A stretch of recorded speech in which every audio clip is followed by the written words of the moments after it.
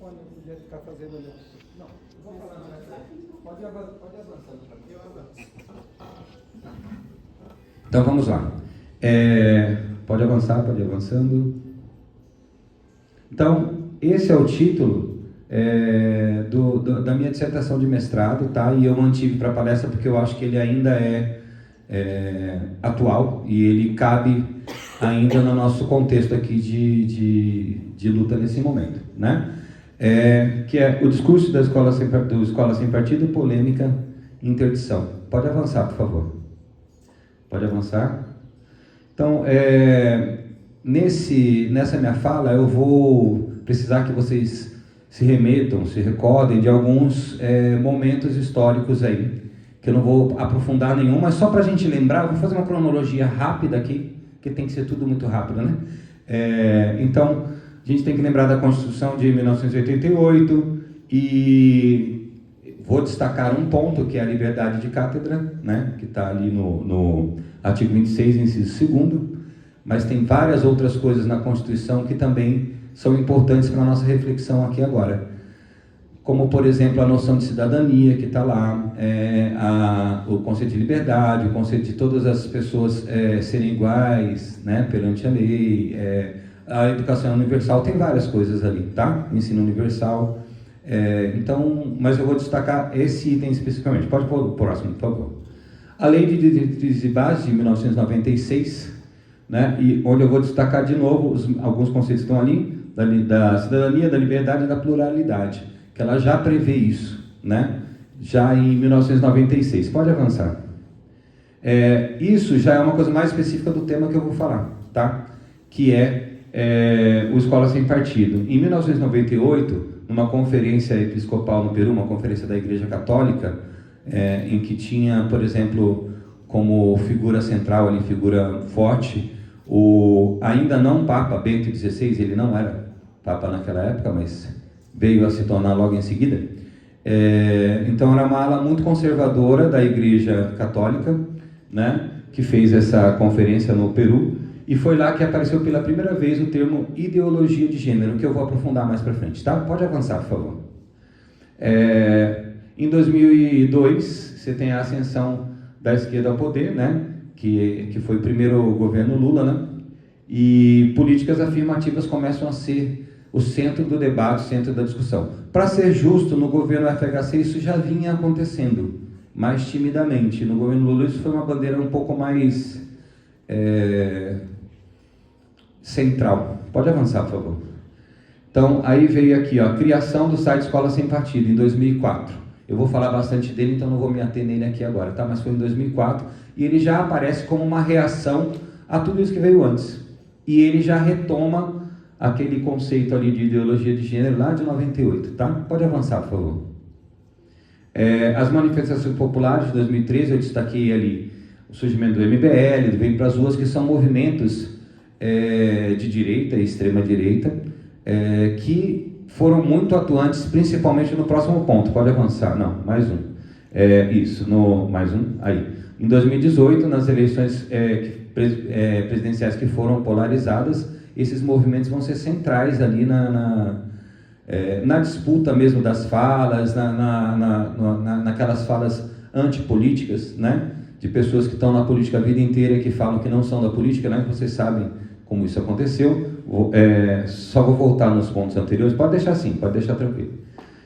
2015 a gente tem o Plano Nacional de Educação e tem a inserção nesse plano do termo gênero. Queria se falar de questões de gênero, e aí virou uma batalha campal por conta dos pontos anteriores que eu já falei, como por exemplo lá da conferência de 98 e da própria criação do site Escola Sem Partido, que ficou de 2004 até esse momento histórico de 2015 do Plano Nacional de Educação, ficou mais ou menos ali parado, mais ou menos morno, sem muita visibilidade. Mas a partir desse fato da construção do Plano Nacional de Educação em 2015, foi que a coisa realmente estourou e ganhou projeção nacional. Até lá, pouca gente tinha ouvido falar disso, tá?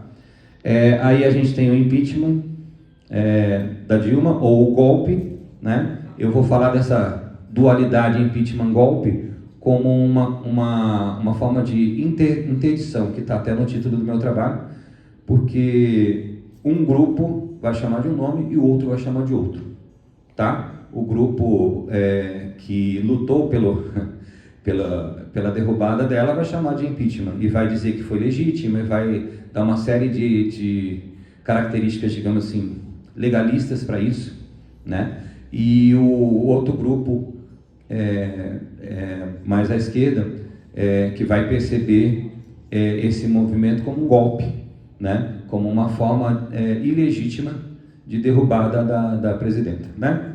Então, ali já tem uma polêmica também, tá? E tem uma interdição. Um grupo não vai chamar de um jeito e o outro não vai chamar do outro, tá? Ninguém da esquerda vai chamar de impeachment, ninguém da direita que queria derrubar a Dilma vai chamar de golpe, né?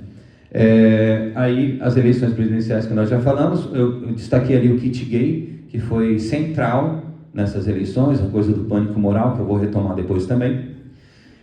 E em 2020 é o último ponto que eu coloco ali, porque depois a coisa vai mudar um pouco e eu vou explicar, tá? 2020 que teve uma decisão do Supremo Tribunal Federal, considerando uma lei baseada no modelo de escola sem partido, considerando ela ilegal, né? Inconstitucional, na realidade, esse é o termo. Então, nesse momento, há uma virada que depois eu vou falar para vocês. Pode avançar, por favor, Deise? Obrigado. Vamos lá. Vamos falar então do Escola Sem Partido. Olha, ele começou como um site. Vou mostrar um pouquinho isso para vocês. Um site criado por um procurador, que agora é ex-procurador, porque ele já está aposentado, procurador do Estado de São Paulo, chama Miguel Najib. Então ele começou com uma pessoa publicando ideias que no começo do meu trabalho eu chamava de conservadoras, no final eu já estava chamando de reacionárias. Eu mudei o termo porque o próprio trabalho, a própria pesquisa, os dados, a materialidade discursiva me provou que não era nem conservador, era reacionário, né? Pode passar um pouquinho? E nesse site havia um anteprojeto, uma proposta de projeto, um modelo de projeto para as casas legislativas usarem, para os legisladores usarem, de como seria o Escola Sem Partido. Eu vou mostrar para vocês mais para frente. Então ele começou com um site, depois ele foi uma proposta de projeto, lembrando que é um procurador, né, do Estado de São Paulo, então é alguém que conhece sobre leis, né? É um técnico, digamos assim, da área. Pode avançar. E ele foi se desenvolvendo como um movimento, porque ele foi ganhando adesão de outros setores da sociedade, como, por exemplo, eu falei ali anteriormente, naquela cronologia, como o MBL, vem para as ruas, partidos políticos, instituições religiosas e outros atores sociais do campo da direita e extrema-direita. Pode continuar. E, a partir dali, ele virou um modelo de atuação política. Ele deixou de ser só um projeto de lei e passou a ser um modelo de atuação que eu vou mostrar como funciona, tá? Pode avançar, por favor. E hoje, o Escola Sem Partido enquanto instituição não existe mais, nem o site tem, o site não está no ar. Tudo que eu vou mostrar aqui são prints que eu tirei enquanto eu ainda estava fazendo o mestrado, que eu defendi em 2022. Eu retomei o site agora para dar uma olhada, para fazer essa apresentação, ele já não está mais no ar, já foi retirado. O Najib saiu em 2021. O fundador, ele saiu, mas o site continuou funcionando, ainda tinha gente que mexia, e hoje ele já não existe mais. Então, o Escola Sem Partido, essa instituição, essa organização, deixou de existir. Mas o que ficou, pode passar? Desculpa, volta uma, por favor. Isso. O que ficou foi o discurso, e os efeitos que esse discurso tem até hoje, na prática docente, né? E na política, enfim, em vários outros campos também, porque não se restringe a só a escola. Ele é o palco do desfile é a escola, mas ele tem efeitos em muitos outros campos, principalmente no político. Pode avançar, por favor, Deise, obrigado. Por que polêmica, né? Porque no título eu chamo de polêmica e interdição, né? Pode avançar. Aqui é um conceito de polêmica, pode avançar mais um pouquinho? Que é da Mossi, que é uma autora francesa, da área da análise do discurso, que é a área onde eu fiz essa pesquisa, né? E aqui tem um conceito de polêmica, que eu vou dar uma resumida para vocês, tá aí, se vocês quiserem ler, né? Mas basicamente ela fala que a polêmica é uma forma, digamos assim, de conflito profundo e insolúvel. Não dá para solucionar. As partes não têm como chegar a uma partilha da razão, tá? Então são partes irreconciliáveis, não dá para conciliar. E ela, esse livro chama Apologia da Polêmica, porque ela faz um elogio à polêmica como uma ferramenta válida na sociedade. Porque em geral, quando alguém fala de polêmica, é no sentido ruim. Quando alguém fala de polêmica, fala como uma coisa... Por exemplo, se falam que você é polêmico, e já falaram muito isso para mim, normalmente estão te xingando, né? Então, assim, você só polemiza, tal. Sabe o professor que polemiza lá no HTPC e tal? Normalmente, quando fala isso, é ruim. E o livro dela faz uma apologia. Eu me senti muito representado, gente. Recomendo super para quem é polêmico, tá? Dá um alento pro coração da gente. E tem colega aqui da escola sabe do que eu estou falando. Eu sou considerado na minha escola uma pessoa muito polêmica. Mas ela vê a polêmica como uma ferramenta útil na sociedade. Ela termina aqui falando, olha, quer ver, uma possibilidade de... cadê? A polêmica preenche, por esse motivo, funções importantes que vão da possibilidade do confronto público no seio das tensões e de conflitos insolúveis à formação de comunidades de protesto e de ação pública. Então, se não houvesse essa polêmica, não existia escola sem partido e a gente não estaria aqui hoje. Então, a polêmica ela tem uma função social, inclusive, de avanço, né? Ela mexe no tabuleiro de uma forma que as pessoas têm que se posicionar, têm que se agrupar, têm que lutar, enfim, é isso. Então, a polêmica é legal. Só falar mais um autor que é importante aí, que é o Menguenot. O Menguenot fala um conceito que é muito importante, que ele fala assim, é a interincompreensão. Um lado jamais vai compreender o outro, porque ele parte de premissas muito irreconciliáveis. Pode avançar, por favor. Olha, isso. Se quiser abrir os dois já. Aí, mais um. Isso, obrigado. Eu fiz análise de vários materiais que circulam no espaço público, né? E esses aqui eu peguei, então, se vocês forem ver, não é à toa, eu peguei um que é de uma publicação bastante conservadora, reacionária e tal, que é a revista Canção Nova, que é ligada à Igreja Católica, inclusive, né? E peguei uma da revista Piauí, que a gente sabe que também está mais à esquerda, certo? Então peguei essas duas publicações e eu escolhi elas aqui para a gente apresentar. Eu analisei várias, mas escolhi elas porque eu acho que elas são muito ilustrativas do que é essa polêmica, né? Aqui, à direita, entendeu? À direita, a gente tem ali uma ilustração de um artigo que chama Ideologia de Gênero e a Desconstrução da Família. E aí, a análise que eu fiz é maior, mais longa, mas assim, só para a gente falar rapidamente, né? Tem coisas que são óbvias. Você tem as cores, né? O rosa e o azul ali, e um limite entre eles ali, né? Um limiar bem claro, você consegue perceber exatamente onde termina um, onde começa o outro. Você tem uma família tradicional, né? Representada, papai, mamãe, filhinha, né? É uma menina ali. Você vê a saia, né? Você vê o cabelo comprido da mãe, né? Enfim, é uma representação bem tradicional mesmo, bem modelar, né? E você tem aquele vidro quebrado ali e eu interpreto como um alvo na cabeça da criança. Não sei se vocês interpretam da mesma forma, mas eu tenho uma defesa lá, depois se vocês quiserem ler o que eu escrevi, eu me aprofundo mais. Mas a cabeça da criança é um alvo, né? Então é como se essa ideologia de gênero, que é um termo criado pela direita, tá? E um termo que, pelo menos no meu discurso, que eu não sou um cara de direita, eu sou um cara progressista, com certeza, e a gente sempre tem um lado, tá? Todos temos um lado, sempre. Eu não uso esse termo como algo válido, isso eu interpreto como uma invenção, tá? Mas, enfim, a família sendo ameaçada. E desse outro lado, uma charge da Laerte, né?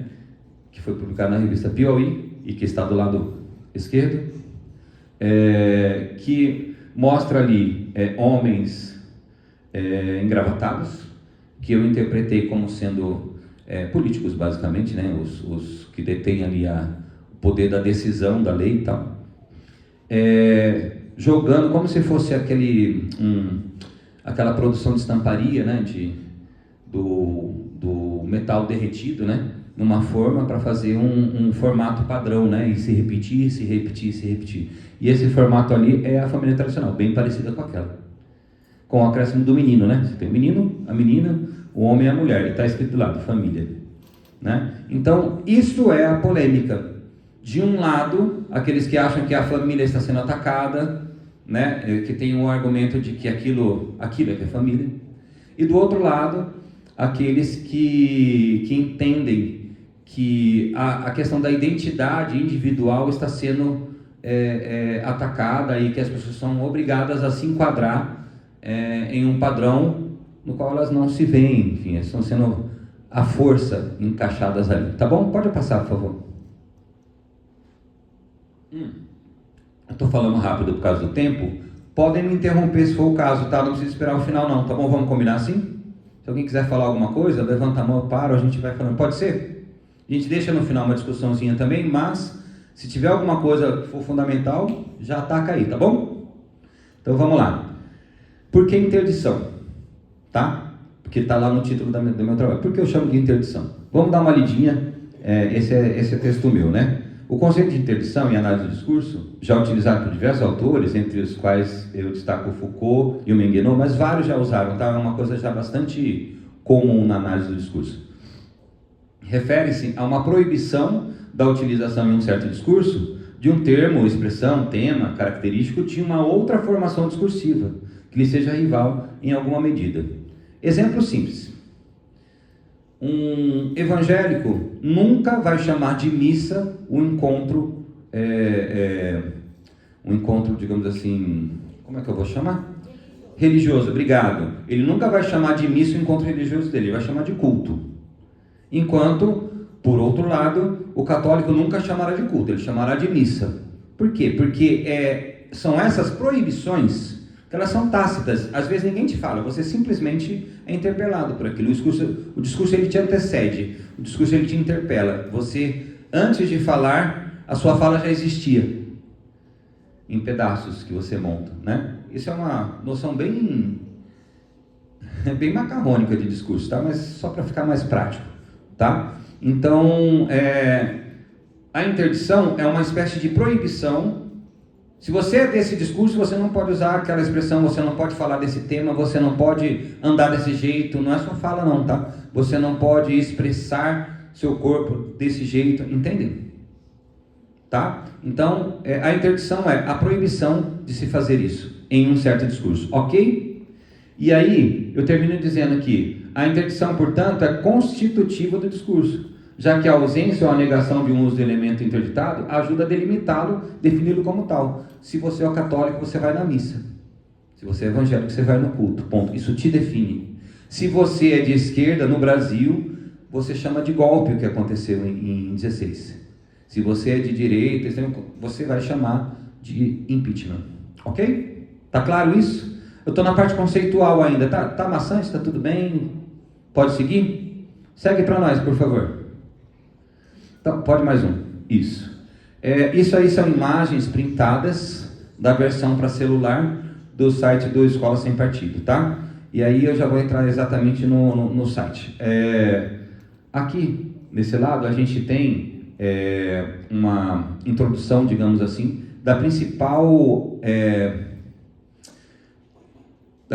forma de manifestação que eles tinham no começo, naquela primeira fase que eu falei, né? Enquanto ainda estavam mais apagadinhos ali e tal, que é a introdução do que seria a proposta de lei deles, que era afixar um cartaz como isso. Fiquem tranquilos, eu tenho esse texto daqui a pouco, tá? Não tentem ler não, que não dá mesmo, tá? Esse aqui da direita não dá para ler mesmo, mas eu tenho ele ampliado no próximo slide.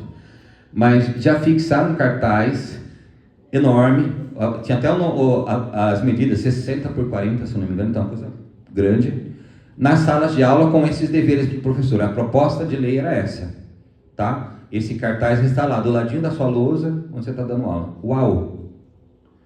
Tá? Então vamos lá. Ó, por uma lei contra o abuso da liberdade de ensinar. Então tem o programa Escola Sem Partido, é uma proposta de lei federal, estadual, municipal, que torna obrigatória a fixação em todas as salas de aula, ensino fundamental e médio, de um cartaz com os seguintes deveres. São aqueles. Passa. Agora eu vou ter que acelerar, que já me deram um toque aqui, vamos lá. Pode pôr todos, vai até o final. Isso, aí, parou. Isso. Aqui são os deveres que estavam naquele cartaz da direita, tá? Eu vou ler uns dois para vocês entenderem. Ó, o professor, eu vou ler o primeiro. O professor não se aproveitará da audiência cativa dos alunos para promover os seus próprios interesses, opiniões, concepções ou preferências ideológicas, religiosas, morais, políticas e partidárias. Vou ler um outro aqui, ó. Vamos lá, o 4 é legal, ó. Ao tratar de questões políticas, socioculturais e econômicas, o professor apresentará aos alunos de forma justa, isso é, com a mesma profundidade e seriedade, as principais versões, teorias, opiniões e perspectivas concorrentes a respeito. Todos os outros que vocês foram ler vão mais ou menos na mesma linha. E o que a gente conclui facilmente daí? Nada do que está aí tem nada de errado. Me parece muito justo que o professor não use a audiência da sala de aula para promover só o que ele acredita, as concepções religiosas dele e tal. Parece muito justo. A questão é que o discurso não é o texto. O discurso é muito mais que o texto. Tem toda uma materialidade discursiva. Por exemplo, quem está falando isso? Onde esse texto vai estar? Como esse texto vai ser tomado? Por exemplo, de maneira alguma eu encontrei no site do Escola Sem Partido, e eu pesquisei bastante lá, fiquei um bom tempo trabalhando só no site, você não encontra nenhuma denúncia de um professor, doutrinador, como eles chamam, que tenha doutrinado os alunos, por exemplo, sei lá, a fazer uma oração. A começar a aula com uma oração. Isso não é doutrinação. Mesmo sendo religião, o conceito do professor, isso não é doutrinação, ok? Ó, de forma alguma é um ataque à religião específica que eu estou falando. Estou falando como a coisa funciona, tudo bem? Porque a gente está falando de uma religião predominante no Brasil, que é o cristianismo, ok? Então, assim como a questão heteronormativa, são as predominâncias, tá?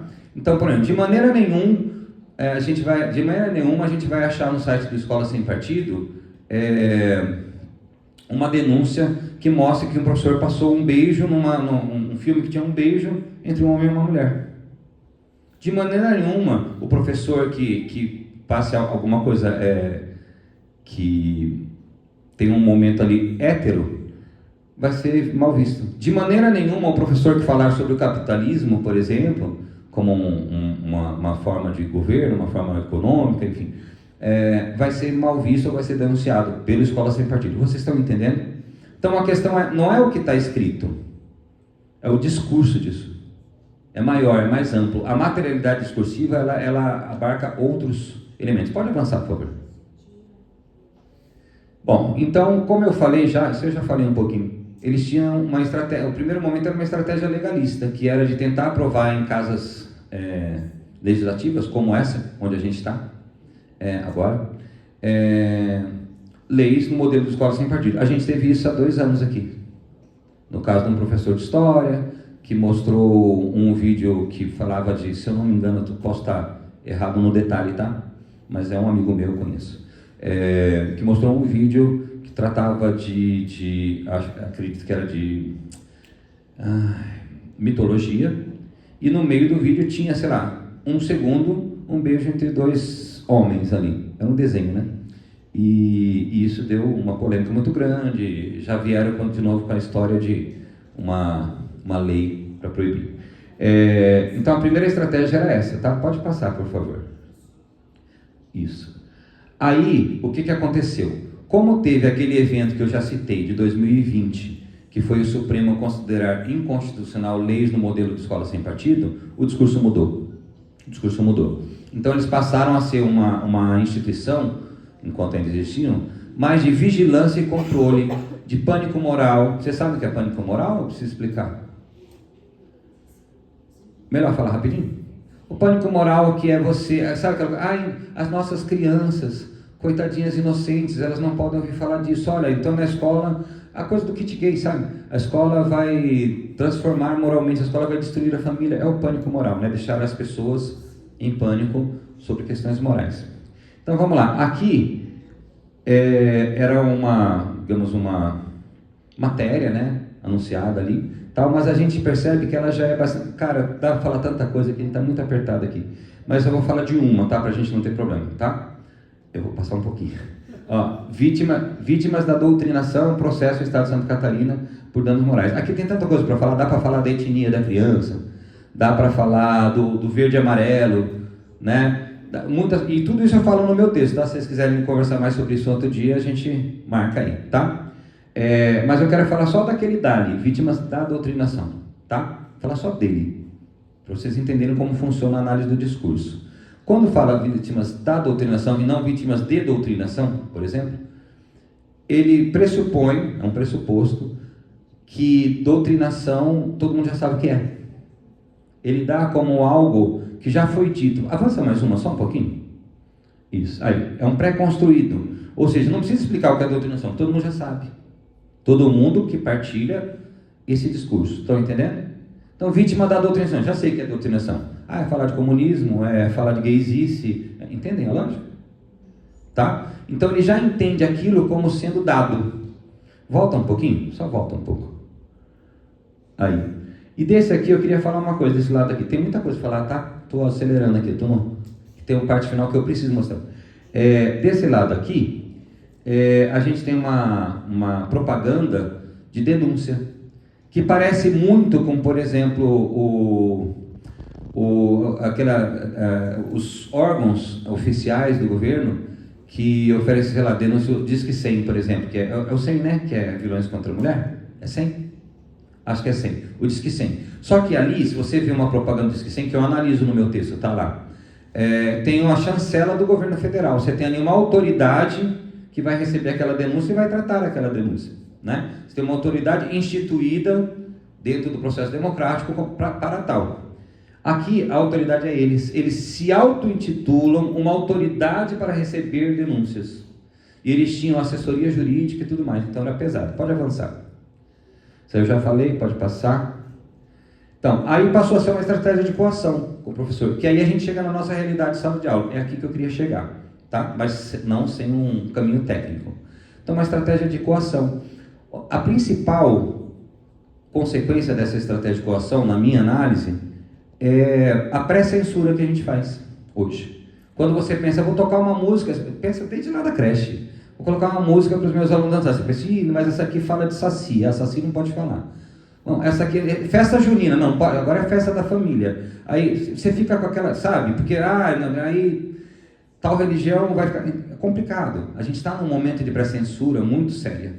Por exemplo, esse professor que foi perseguido aqui em Paulínia mesmo, por conta do beijo gay, ele vai pensar muitas vezes em fazer de novo, né? Então a pré-censura é a primeira, mas depois vem o constrangimento, vem o assédio, que vai depender muito de quem está na hierarquia acima, naquele momento, do seu diretor, sua diretora, seu coordenador, coordenadora, o secretário de educação, sei lá, o prefeito, e a gente sabe que nesse momento tá ruim, né?